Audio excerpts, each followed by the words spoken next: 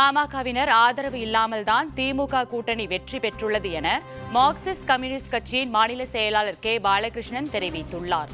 நாகையில் செய்தியாளர்களை சந்தித்து பேசிய கே பாலகிருஷ்ணனிடம் வன்னியருக்கு இடஒதுக்கீடு வழங்கினால் வரும் தேர்தலில் திமுகவுக்கு நிபந்தனையற்ற ஆதரவு என ராமதாஸ் கூறியது குறித்து கேள்வி எழுப்பப்பட்டது. அதற்கு பதிலளித்த அவர், தமிழகத்தில் ஏற்கனவே உள்ள குழப்பங்கள் போதாது என ராமதாஸ் வேறு புதிய குழப்பத்தை ஏற்படுத்துவதாக கூறினார். மேலும் வன்னியர்கள் முழுவதும் பாமக பக்கம் இருப்பதாக ராமதாஸ் கூறுவது தவறு என கண்டித்த பாலகிருஷ்ணன், அரசியலில் எந்த ஒரு சாதி கட்சி பின்பும் அந்தந்த ஜாதி மக்கள் முழுவதுமாக கிடையாது என்று தெரிவித்தார். அது தமிழ்நாட்டில் ஏற்கனவே இருக்கிற குழப்பம் பத்தாதுன்னு மேலும் ஒரு குழப்பத்தை உண்டாக்குறதுக்கான ஏற்பாடு இது.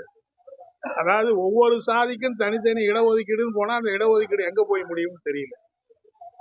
எனவே அது ஏற்கனவே வகுப்புவாரி பிரதிநிதித்துவ அடிப்படையில் பிசி எம்பிசிங்கிற அடிப்படையில் இடஒதுக்கீடு இருக்கு.